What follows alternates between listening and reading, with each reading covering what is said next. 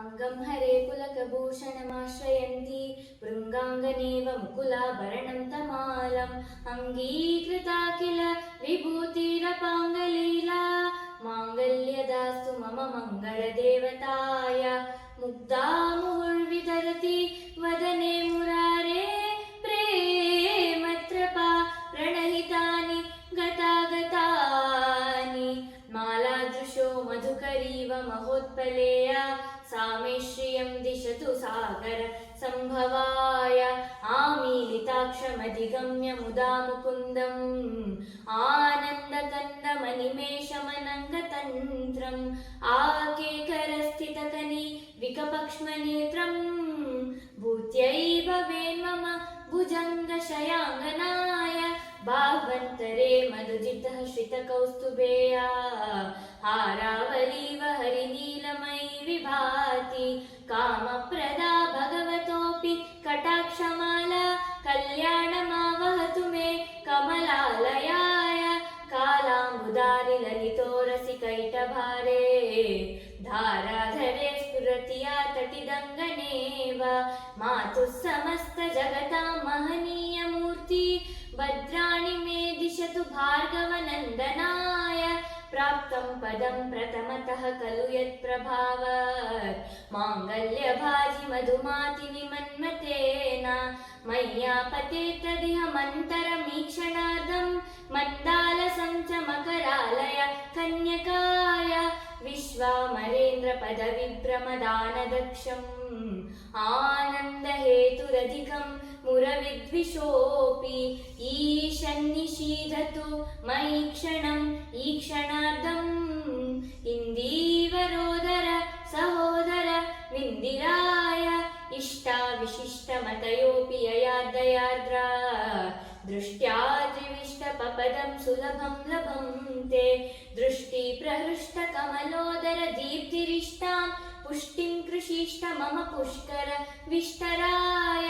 दद्यादयानुपवनो द्रविणाम्बुधाराम् अस्मिन्न किञ्चन विहङ्गशिशौ विषण्णि दुष्कर्मकर्ममपनीय चिराय दूरं नारायण प्रणयनि नयनाम्बुवाः गीर्देवदेति गरुडध्वज सुन्दरेति शाकम्भरेति शशिशेखरवल्लभेति सृष्टिस्थिप्रलयकेलिषु संस्थितायै तस्मै नमस्त्रिभुवनैक गुरोस्तुरुण्यै